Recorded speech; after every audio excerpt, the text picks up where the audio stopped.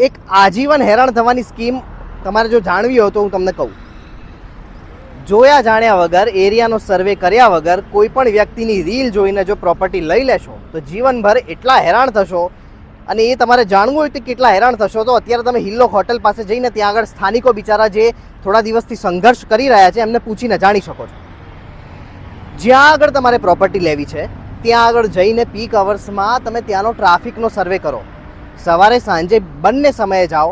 એક દિવસ નહીં, 3-4 દિવસ જાઓ, અઠવાડિયું જાઓ, તો તમને ખબર પડશે કે હું અહીંયા પ્રોપર્ટી લઈશ ને પછી આ એરિયામાં મારે આ ટ્રાફિકનો સામનો કરવો પડશે. વૈષ્ણોદેવીથી લઈને આખો રિંગ રોડનો પટ્ટો હિલ્લોક સુધીનો એટલો બધો ટ્રાફિકવાળો છે પીક અવર્સમાં કે જો તમે જોયા જાણ્યા વગર પ્રોપર્ટી લઈ લેશો તો હેરાન થશો.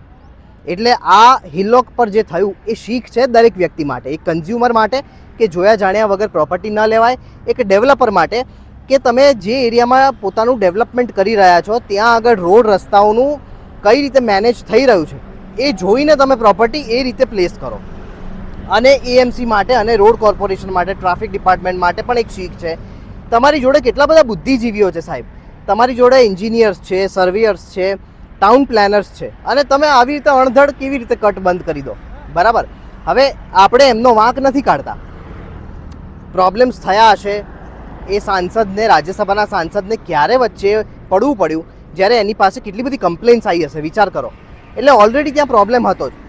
જરૂર હતી સાયન્ટિફિક મેનેજમેન્ટ ઓફ પ્રોબ્લેમ.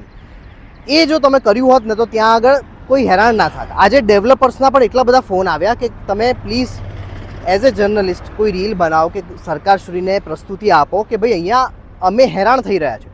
જે નેચરલ ફ્લો એમનો આવતો હતો, જે ફ્લેટ લેવા માટે જે એમની ઇન્ક્વાયરીઝ આવતી હતી એ પણ છેલ્લા 10-15 દિવસથી ઘટી ગઈ છે. એટલે દરેક વ્યક્તિએ સમજવાની વાત છે. એઝ એ કન્ઝ્યુમર તમે એ જુઓ કે તમારા એરિયામાં કેટલો ટ્રાફિક થાય છે.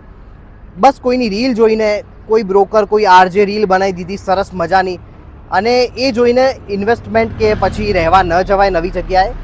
એ એરિયાનો પ્રોપર સર્વે કરો. એક વાર નહીં 10 વાર જાઓ. પ્રોપર સર્વે કરીને પ્રોપર્ટી લેશો ને તો જીવનભર હેરાન નહીં થાવ. અને મારી આ જે સ્કીમ છે જીવનભર હેરાન થવાની, એ સ્કીમ તમને લાગુ નહીં પડે.